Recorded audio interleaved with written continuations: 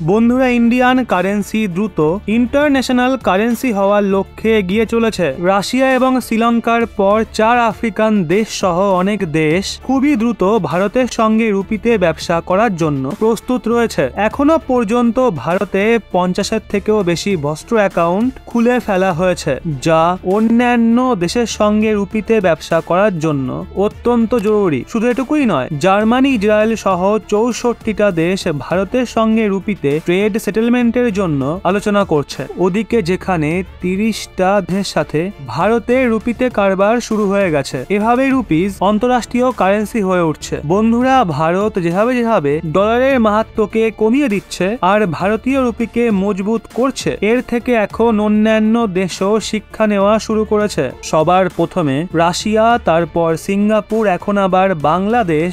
এই 3টে দেশে যদি কোনো কিছু কমন থাকে তো সেটা হলো এই সবকটা দেশি ডলারকে পেছনে রেখে ভারতীয় রুপির হাত ধরার প্রস্তুতি শুরু করে দিয়েছে, যা ভারতের সঙ্গে এই 3টে দেশের দ্বিপাক্ষিক সম্পর্ককে একটা নতুন স্তরে মজবুত করে দেবে। আর এর সবচেয়ে বড় পরিণাম আমাদের ভারতীয় রুপি মজবুত হয়ে ওঠা আর অন্তরাষ্ট্রীয় স্তরে একটা গ্লোবাল কারেন্সির ভিত্তিতে উদ্দীপ্ত পরিচিতি রূপে দেখতে পাওয়া যাবে। বিদেশি বাণিজ্যে ডলারের নির্ভরতা কম করার জন্য ভারতের তরফ থেকে নেওয়া পদক্ষেপ কার্যকর প্রমাণিত হচ্ছে। আর এখন এই পথেই আরো একটা দেশ এগিয়ে চলেছে, যার নাম ইরান। আসলে বন্ধুরা, ইরান স্থানীয় মুদ্রায় বাণিজ্যকে বেশি গুরুত্ব দেওয়ার জন্য ভারতের থেকে শিক্ষা নিচ্ছে। বন্ধুরা, ইসলামিক দেশ ইরান এখন ডলারে বাণিজ্য কম করার জন্য এবং পশ্চিমী আফ্রিকান দেশগুলোতে রিয়াল বাণিজ্যের বিকল্প বেছে নেওয়ার পরিকল্পনা করছে। এই ঘোষণা একটা সংযুক্ত সম্মেলনের দরুন করা হয়েছিল,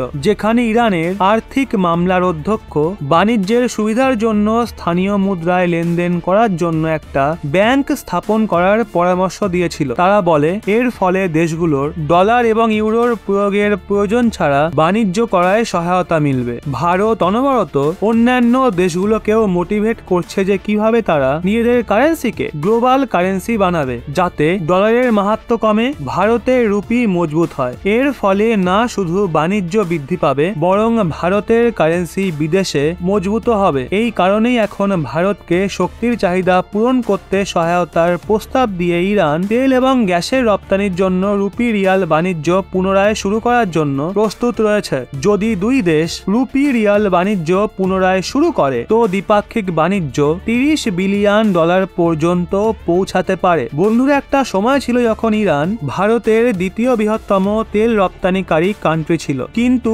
প্রাক্তন আমেরিকান রাষ্ট্রপতি ডোনাল্ড ট্রাম্প ইরানের ওপর প্রতিবন্ধকতা লাগানোর পর নিউ দিল্লিকে আমদানি থামাতে হয়। কিন্তু একবার পুনরায় ইরান তেল এবং গ্যাসের বাণিজ্যের জন্য রুপি রিয়াল ট্রেড শুরু করে ভারতের শক্তি সুরক্ষা সম্বন্ধিত প্রয়োজনীয়তাকে পূরণ করার জন্য তৈরি রয়েছে।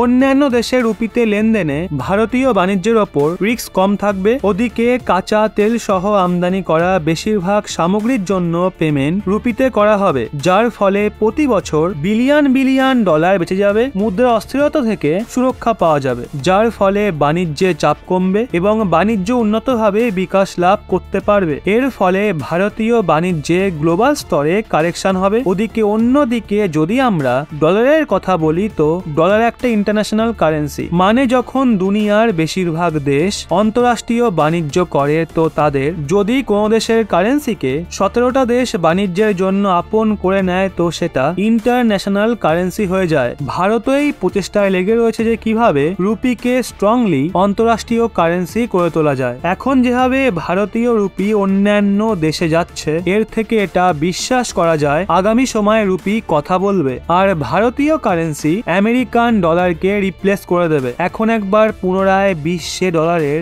দাদাগিরিকে শেষ করার প্রস্তুতি শুরু হয়ে গেছে। এখন বন্ধুরা, এই নিয়ে আপনাদের কি মনে হয়? ভারত কি পারবে তার লক্ষ্যে পৌঁছাতে? নিচে কমেন্টে অবশ্যই জানান।